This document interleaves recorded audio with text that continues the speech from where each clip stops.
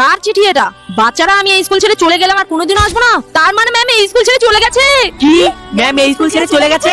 হ্যাঁ, আমার মনে হয় আমরা কালকে ম্যামকে ভালোভাবে পড়া দেইনি তাই। আরে না, ম্যাম মনে হয় অন্য স্কুলে চাকরি পেয়ে গেছে, তাই তো স্কুল ছেড়ে দিয়ে চলে গেছে। এই ম্যামটা আমাদের কত ভালো ছিল, কিছু বুঝতে না পারলে কত সুন্দর করে বুঝিয়ে দিত। হ্যাঁ, যদি কেউ কোনোদিন টিফিন আনতে ভুলে যেত তাহলে ম্যাম ওনার টিফিন থেকে খাইয়ে দিত।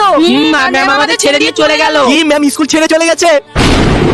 তুমি যদি বাবাকে ভালোবাসো তাহলে ভিডিওতে একটি লাইক করো, আর যদি মাকে ভালোবাসো তাহলে চ্যানেলটি সাবস্ক্রাইব করো, আর যদি বাবা মা দুজনকেই ভালোবাসো তাহলে ভিডিওতে লাইক দিয়ে চ্যানেলটি সাবস্ক্রাইব করে কমেন্টে এই ইমোজিটি দিয়ে যাও।